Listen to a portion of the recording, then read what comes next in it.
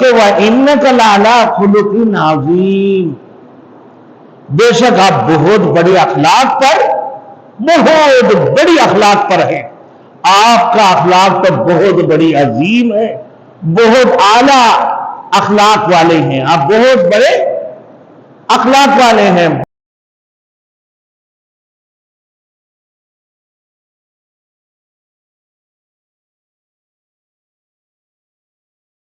Thanks for watching. Don't forget to like, comment, share and subscribe to Maulana Habibullah Ruhani Official. بے شک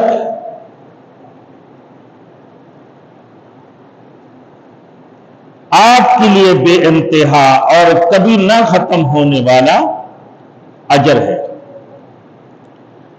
آپ کی اپنے اعمال اور آپ سے علم سیکھ کر آگے سر انجام دینے والے سب اعمال کا اجر آپ کو ہی ملتا جائے گا.